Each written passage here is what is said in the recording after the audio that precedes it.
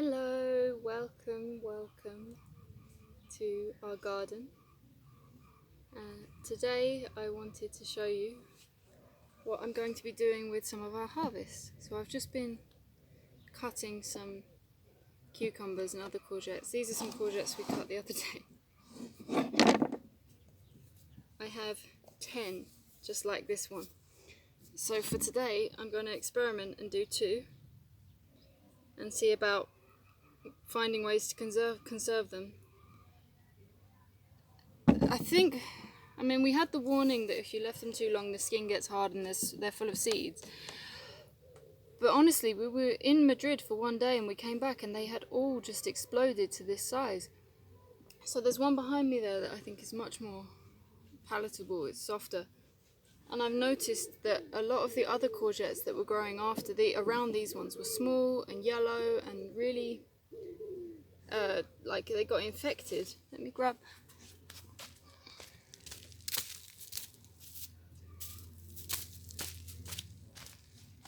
So here's an example of one where we had to cut the end, which was going bad, but it's got nothing on the size of the other ones. So I think it's important to harvest them so that the plant then puts more energy into making new fruiting bodies. And you know, I've watched all these permaculture and gardening shows and things, but until you have the first-hand experience, you don't realise. And also the taste, and I noticed that the skin from this is like the skin of a pumpkin. It's not so easy to digest. So I'm going to be peeling them today and making a sort of... I'm going to cook them. We have a butane hob, and I'm going to put them in jars and try a process of preservation where you turn the jar upside down and then the heat creates a vacuum.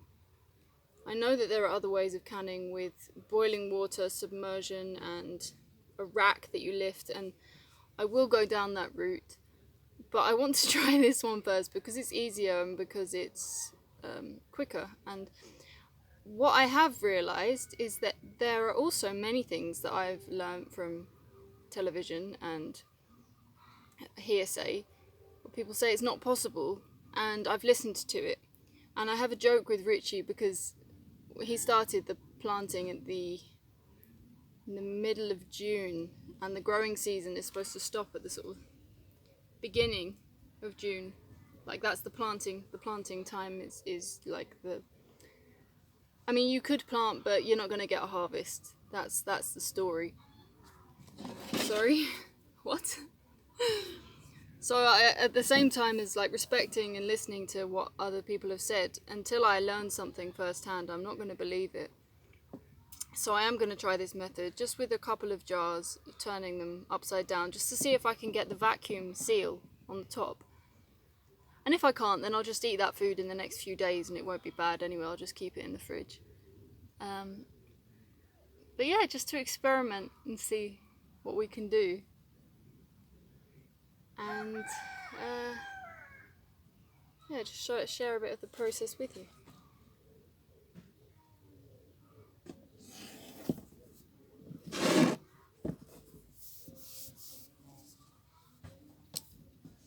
It's a shame because I know a lot of the nutrients are within the skin, but this is like cardboard thick, very, very, very tough.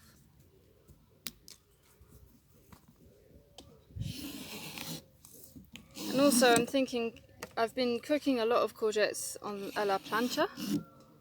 Don't know what that translates into in English. I can't really think of it. It's almost grilled, but I've only seen it when I worked in restaurants, and it's like a hot plate, but a very hot plate, and you slice up very thin aubergines, courgettes, and they cook so quickly, and it's the same flavour as if you bake them, you know, that very, very amazing smoked, caramelised vegetable flavour. So I love doing that.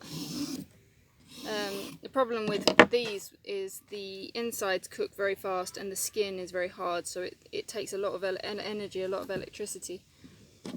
So, and also it's good to mix it up. So one idea is to make like a relish with this and onions, garlic and sun-dried tomatoes.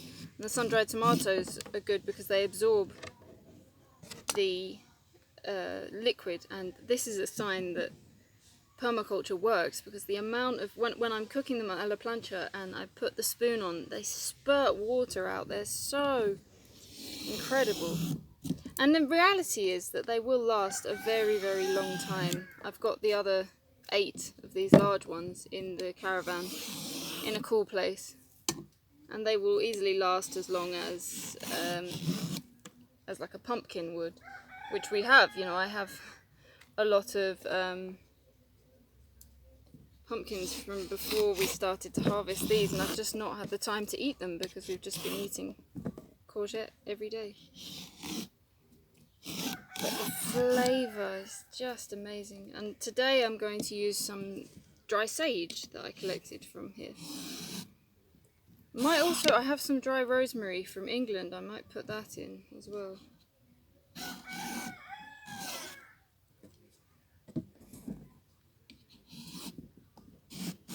So far my preservation has gone more in the way of fermenting. So I've made a lot of sauerkraut, kimchi.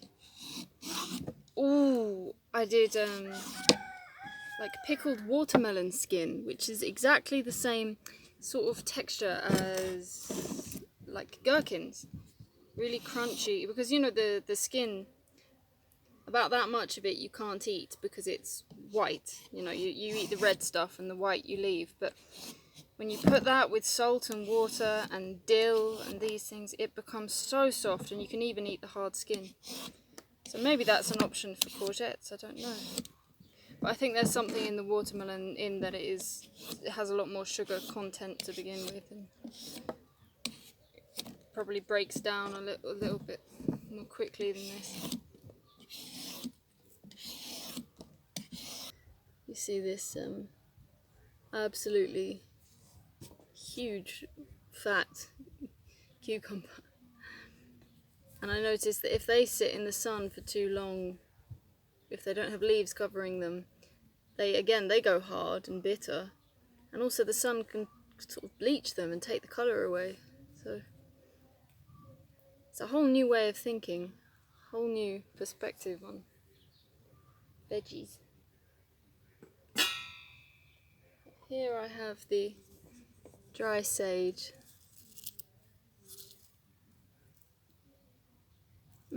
Smells so good. I had a bunch in England, and my mum is sending me a parcel, and I said, yeah, send over that little bunch of sage. And she said, I am not doing that. I'm not sending you dry herbs. And I think she's crazy. But then I've just been looking online, and it is technically illegal to send any kind of food substance in the post, which is, it seems absolutely bizarre to me, especially within Europe, when we are constantly receiving packages and parcels and things from every country in the world. I think it's fairly difficult to contain anything anymore. Yeah, I'm glad I've put this umbrella up, because it does get sunny in a blink of an eye, and I've been really lucky this morning to do my exercises with a bit of cloud. I've just been trying to help the plants and covering some of the smaller ones, because they are just champions going through this sort of 37-degree heat wave. It's a lot for a human, so imagine being a tiny little seedling.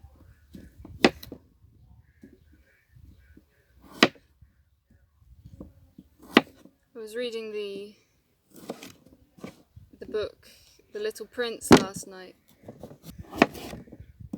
And it's such an interesting little book. And I'm still not sure exactly what I'm taking from it, other than it's so important to love something. And it talks about the sense of a child who pours his love into a rag doll, and it's very important. It's very important that it gets the opportunity to love. And this man, he's out in the desert. This is something I really want to learn for myself, about putting others first for a genuine motive, not for to make myself a good girl or make myself to bolster my ego or something. But he was absolutely dying from thirst in the desert with his little prince came along, and he had so much love for this child that when they did find water, he gave the first sip to the prince and enjoyed him enjoying it. And it makes me realise a lot about how Richie is with me, you know. And many times I behave terribly, and Richie will say, you know, like, I'm not going to share this thing with you, I'm not going to do it, I'm not going to do it. And inevitably he ends up giving me a piece of this thing, his food or whatever he's eating.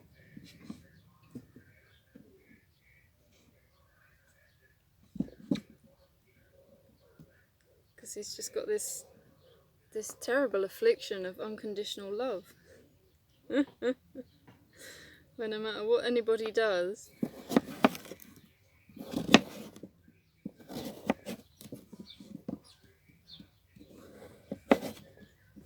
he'll always show them love. But sadly, in this world, sometimes the most loving thing to do is to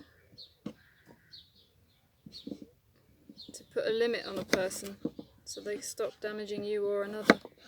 And also, it's sometimes the most loving thing to do for yourself, because it is just as much of a sin to not treat yourself with respect and care and value this amazing body.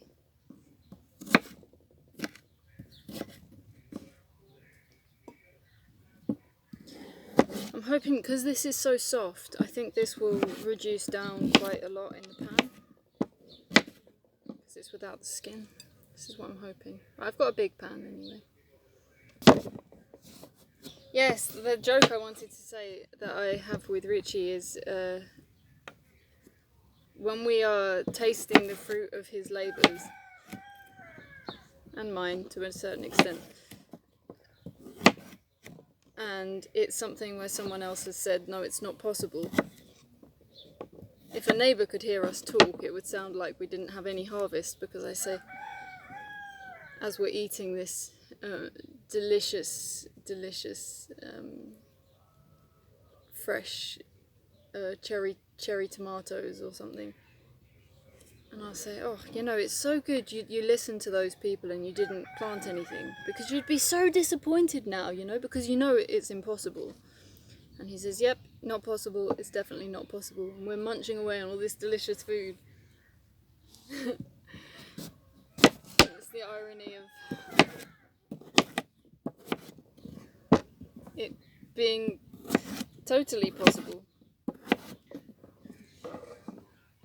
So that thing of like mind manifests. Well, of course it does. If you never plant anything, then of course it's impossible.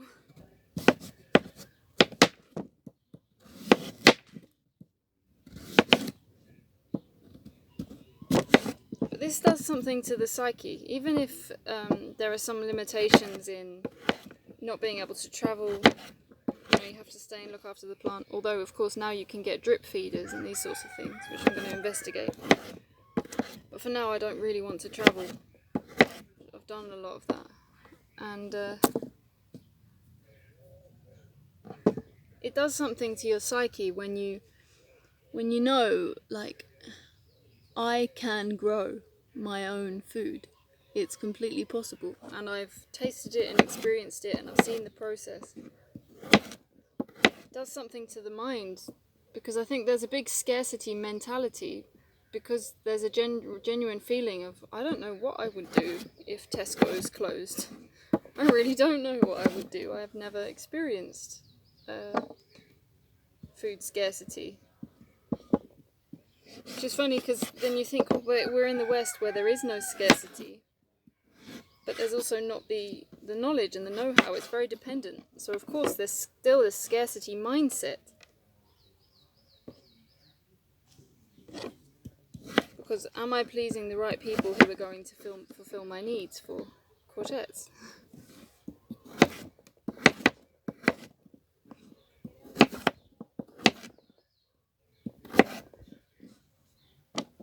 That's one. I wanted to say, the thing about the Little Prince was,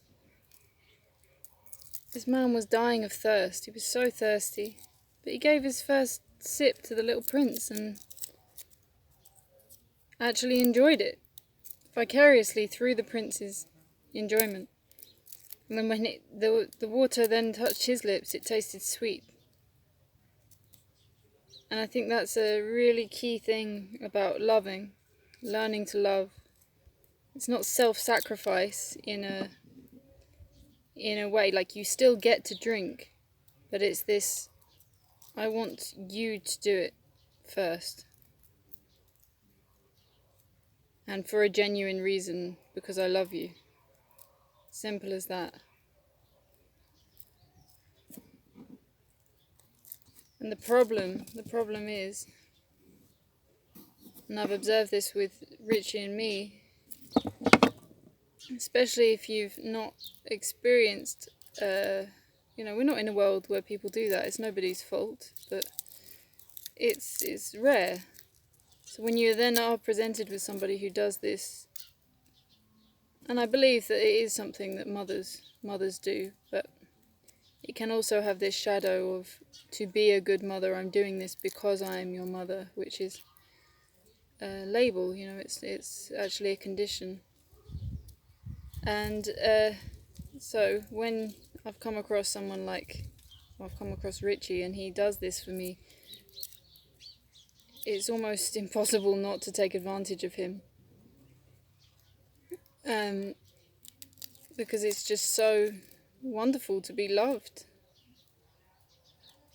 And then the times when I've actually allowed myself, it's so good to love him back. Even the man who has everything, even the person who has no need of anything. Even better if you can then offer something to them. It's so lovely. And the sensation is just this really abundant feeling. Really abundance, yeah. Totally tapping into abundance rather than scarcity, because that man, he's technically so thirsty, he's almost dead. And yet he allows himself a momentary pause before quenching his thirst out of love, because he's showing the universe, showing himself that he puts love higher than any other priority, anything of the flesh.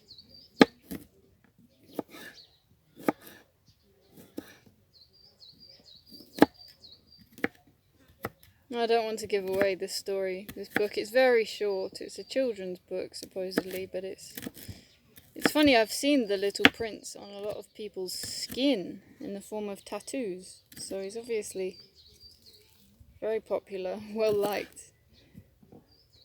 But he's very just innocent and sweet, but also logical, rational, and follows his intuition and follows his queries. He never lets go of a question when he has one. He never stops asking. Never stops asking. Even if he's shouted at.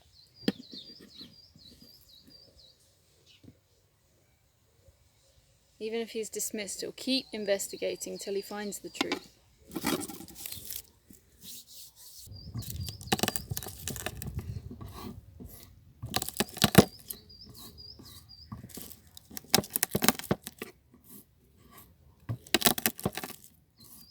putting in a lot of garlic because I think they also have some preservative properties.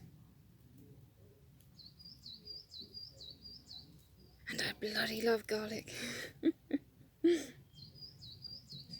And it's a lot of courgette, so I think it can handle it.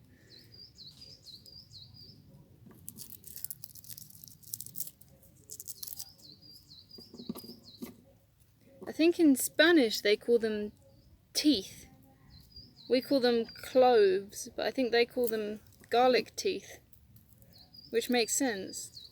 They look like fangs. You know, all this time I've been with Richie, I've not commented enough in English. I suppose because a lot of the things that I used to talk about before I met him were sort of meaningless.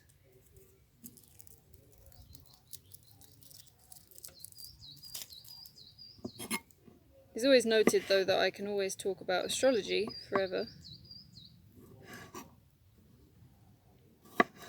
But just little comments in the daily life about this or that or what I'm doing. And I notice that's what we need to do when we have children. And that's actually the best way to learn a language, is to comment. I'm slicing through the garlic. And I tend to have this feeling of, well, I taught Richie the word cutting, so that's enough. And I don't want to overcomplicate things by adding new vocabulary, but it's exactly how we learn, is by association and observation.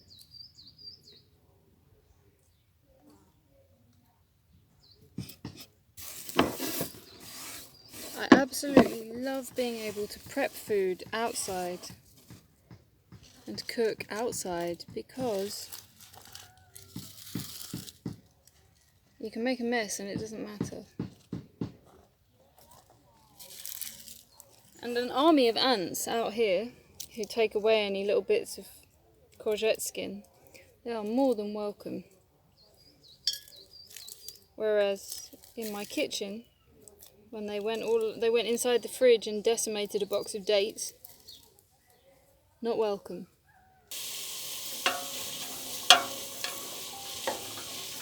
Here I am cooking away. I can't really see what's on the camera, but it looks like I have a sort of red halo.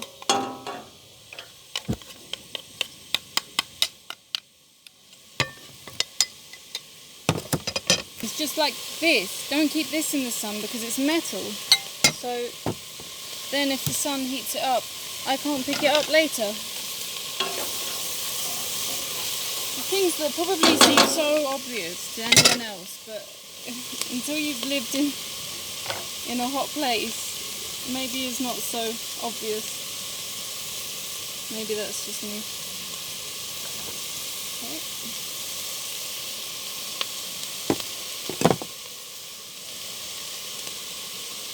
Pimentón picante.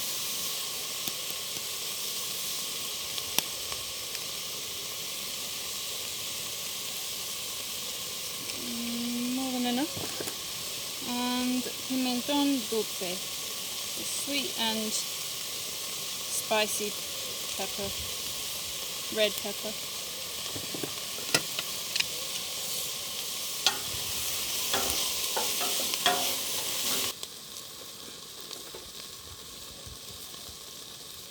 I need some sort of strategy to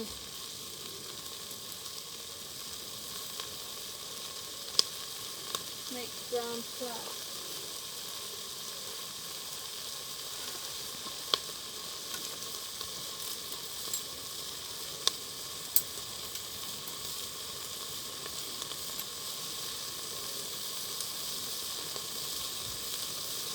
Okay, are you burning? Yes, a little bit. It's a good indication that I need to turn it down and add the baby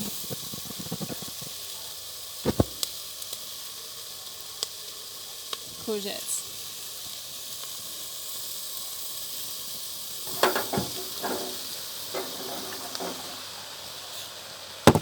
That is just half of one.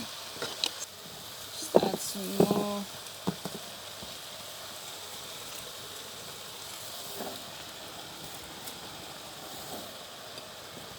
If not, I'll just have to make it twice.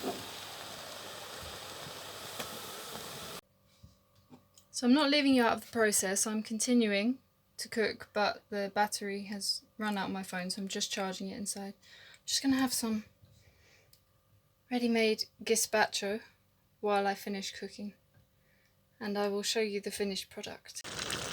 Ta-da! Here you have it. It's nice. You see how much water there is inside of these. When I cook pumpkin, I always have to add some water to stop it burning, but with the courgette it's just, or the marrow, whatever you want to call it, so absorbent. But it's great because the sun-dried tomatoes pick up all that flavour. So I'll be happy to have this as a relish or just on its own. I'll have it for lunch now, just as it is. The thing I want to experiment now with is doing different size courgettes, different style, maybe grated, maybe doing the onions in like rings so it's more stringy. Don't know. What do you think of my invention? It's a bit. This is actually like pesto, except without real tomatoes, or just with dry tomatoes and with dry pepper instead of fresh peppers. I shall have to do another garden tour because there's a lot that's happened since the last one that I did. That one new addition from Richie's mama. These guys. And I know they're from the desert, but I'm concerned about them getting too much sun. So I've put these other little ones that we have down here. Look, it's so lovely that she made it. It's beautiful designed. And they come from a bigger cactus that she has. They give off babies. I didn't know that. See, this courgette, that's on its way, but that wasn't like that yesterday. I promise. I swear it was not so big. They just creep up on you. Okay, so I'm going to have a taste test.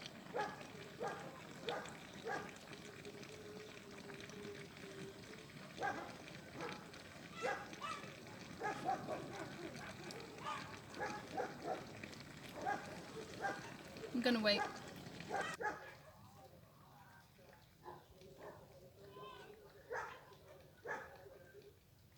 It's like the dogs talking to the birds, talking to the other dogs. Mmm. Mhm. Mhm. Mm. Yep, that will do fine. The tomatoes that we had. It's great when you can buy a big packet like this and they last a long time. But one thing I am going to add is lemon. For the flavour and for the preservation. I think it will help. You could swear that's a bird, that's not a dog.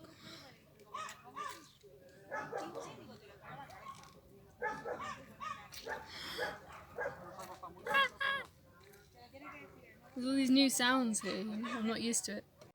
This is going to be fun. How the hell do I get them into the jars? Slow and steady, I believe, is the answer. Not something I've ever been particularly good at. Got lemon juice in a cup. Now I think the idea is you do it when everything is very, very hot.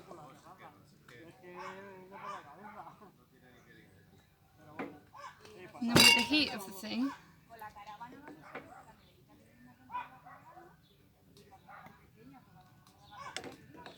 you turn it upside down.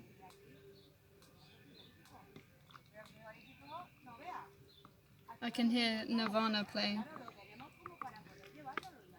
I think Kurt Cobain is such a good idea of, such a good representation of how we're not ready for Pisces.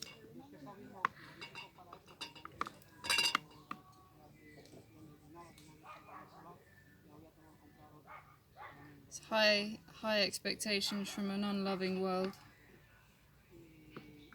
And feeling everything. Okay. I'm gonna try. It's just an experiment. So, they are hot. So then...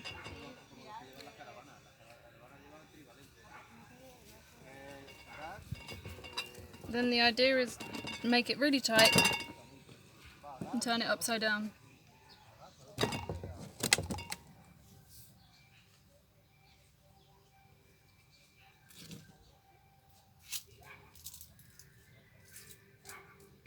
Fuck.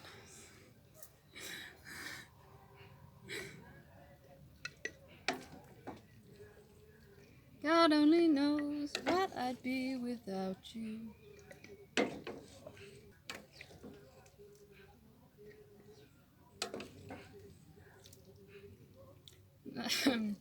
Question is, do I leave much gap at the top? No gap? Gap, no gap.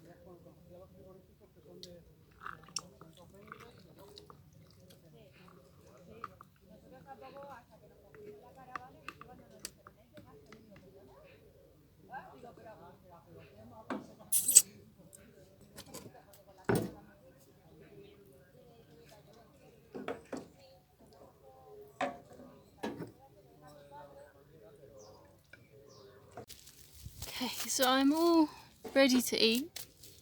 Got my plate here. It's yummy, yummy, yummy, yummy.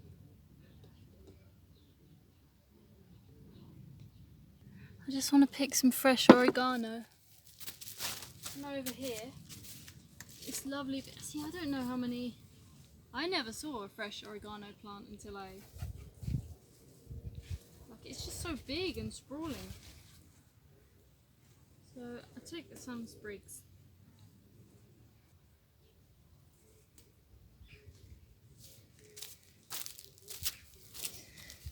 You can see my front door.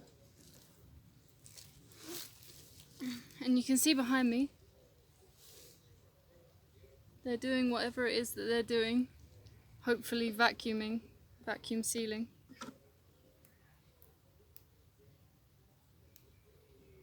As I say, it's never a waste because I can eat them as they are.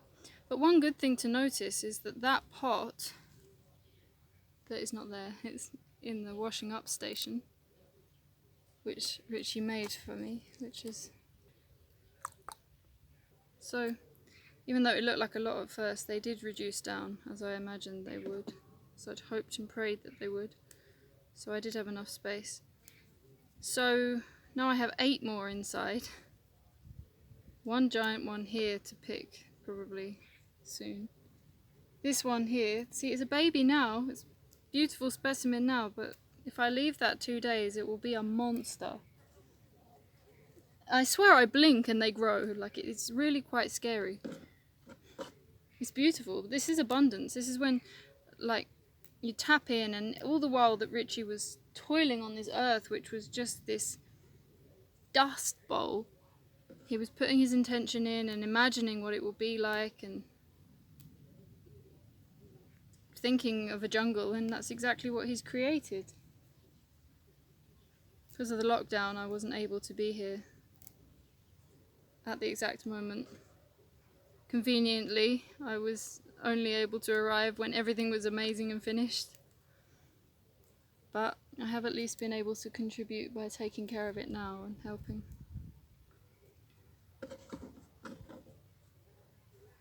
Sprig.